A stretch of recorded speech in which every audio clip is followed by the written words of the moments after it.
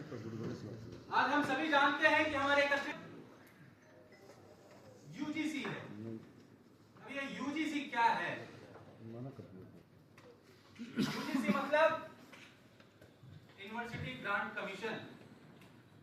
यह 1956 से लगातार देश की यूनिवर्सिटीज को संरक्षण देने का काम करने वाली संस्था है।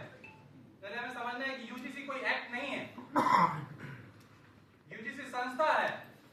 वह संस्था जो देश के छात्रों के भविष्य का निर्माण करने वाली संस्था है।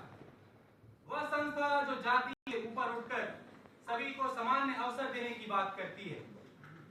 एक तरफ हम देश को बढ़ाने की बात करते हैं और वहीं दूसरी तरफ देश के चौथे स्तंभ युवाओं को हम घर में ढकेलने का प्रयास कर रहे हैं। ये कैसी व्यवस्था है हमारे सामने, ये कैसी विडंबना है, इसके बारे में हम विचार करने के लिए आप एकत्रित होंगे।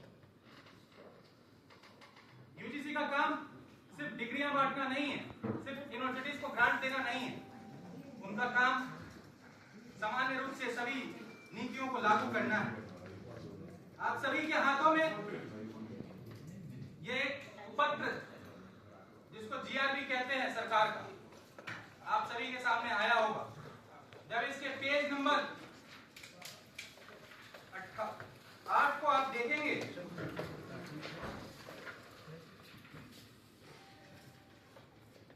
पेज नंबर 6 पे पॉइंट नंबर 8 को,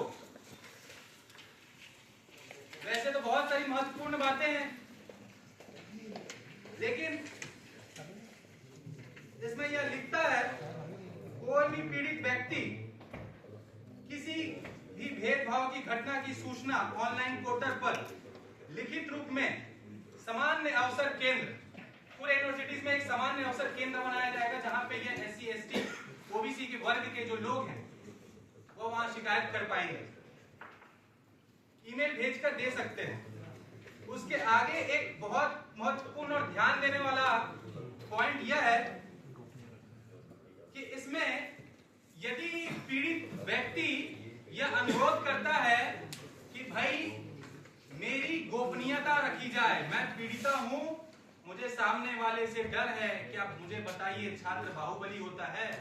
यदि किसी छात्र के खिलाफ इस छात्र को देना है तो इसमें किस प्रकार का डर, तो उसकी गोपनीयता भी रखी जाएगी और साथ ही जिसके विरुद्ध कार्रवाई करनी है उसके ऊपर तत्काल लगी। उसके अगले पॉइंट ख को देखेंगे तो आपको पता चलता है, क में यह देखने को मिलता है। तत्काल प्रभाव से यदि वह दंडनीय अपराध की श्रेणी में है, किसी ऐसे तरह का अपराध है जो ऑफेंस में है, तत्काल प्रभाव से उसे पुलिस स्टेशन से कंप्लेन लेकर के उसे गिरफ्तारी का वारंट देने का काम इस अगले ख के खंड में दिया गया है, बिना किसी जांच के। मेरे प्यारे मित्रों, हम किसी समुदाय के विरुद्ध नहीं हैं। हम यहाँ अपनी भावनाओं को रखने के लिए, अपनी भावनाओं को साझा करने के लिए एकत्रित हुए हैं।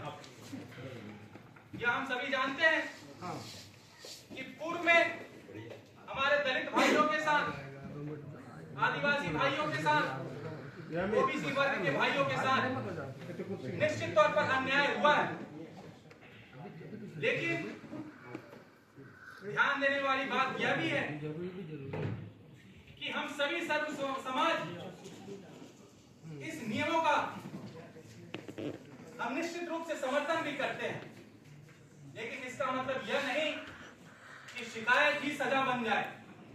एक शिकायत और एक बच्चे का, एक मासूम का, जिसने वर्षों से उस उच्च स्तरीय शिक्षा में पहुंचने के लिए मेहनत किया है, उसका जीवन तटस्थ खत्म हो जाए। ऐसी परिस्थितियों को हम यहाँ एक साथ एकत्रित हुए हैं चर्चा करने के लिए। यहाँ पे हमारे सभी अभिभावक हैं और यह बैठक में भूमिका रखने के लिए मुझे कहा गया था। मैंने उस भूमिका को रखने का आप सभी के बीच काम किया है। आप सभी ने यहाँ समय निकालकर अपनी जागरूकता का एक परिचय दिया है। इसके लिए आप सभी का हृदय से स्वागत एवं अभिनंदन एवं धन्यवाद देता हूँ। साथ ही चलते चलते आपसे यह भी कहना चाहता हूँ कि आज का जो विशेष मुद्दा है इस पर हम सभी को एक एक करके चर्चा करना है। इसके बाद किसी भी तरह का भाषणात्मक कार्यक्रम नहीं रहेगा, इसलिए बेझिझक होकर, यह समाज भी हमारा अपना है। आने वाले 28 तारीख को और 30 तारीख को एक आंदोलन के स्वरूप में राजेश जी के नेतृत्व में हम इसको खड़ा करने का प्रयास कर रहे हैं। आप सभी अभिभावक हैं, आप अगर आज अपने बच्चों के भविष्य की चिंता नहीं करेंगे तो आने वाला इतिहास हमें कायर कहेगा। इतिहास के पन्नों में यहाँ पर ब्राह्मणों की संख्या मुझे लगता है अत्यधिक है। हमें अपने इतिहास के बारे में बताने की आवश्यकता नहीं है कि हमारे पूर्वजों ने हमारे लिए क्या किया है, लेकिन अफसोस कि आज के पूर्वज, हमारे पिताजी, आपके पिताजी, यहाँ हमारे बैठे अभिभावक क्या कर रहे हैं। आज सिर्फ हमें समुद्र बनने की आवश्यकता नहीं है, आज समाज को रामचरितमानस के उस पंक्ति को भी याद करना पड़ेगा जिसमें जामवंत भी एक कैरेक्टर है। आज यहाँ बैठे तमाम अभिभावकों को जामवंत बनने की आवश्यकता है मित्रों। वह जामवंत जिन्होंने कहा था कवन सुता जे कठिन जग माही, जो नहीं हो तात तुम्हें पाए। कार्य है जो तुम सोचोगे और तुम कर नहीं सकते, इसके आगे बढ़कर आपको कहना पड़ेगा कि जो वो सिर्फ हो, तुम्हारे अंदर ही क्षमता है, इस कार्य को आगे बढ़ाने की क्षमता किसी में है तो है और तुम में है। यह बात को कहने की क्षमता समाज को आज जुटानी पड़ेगी और जामवंत बनना पड़ेगा। इन्हीं चंद शब्दों के साथ बोले भारत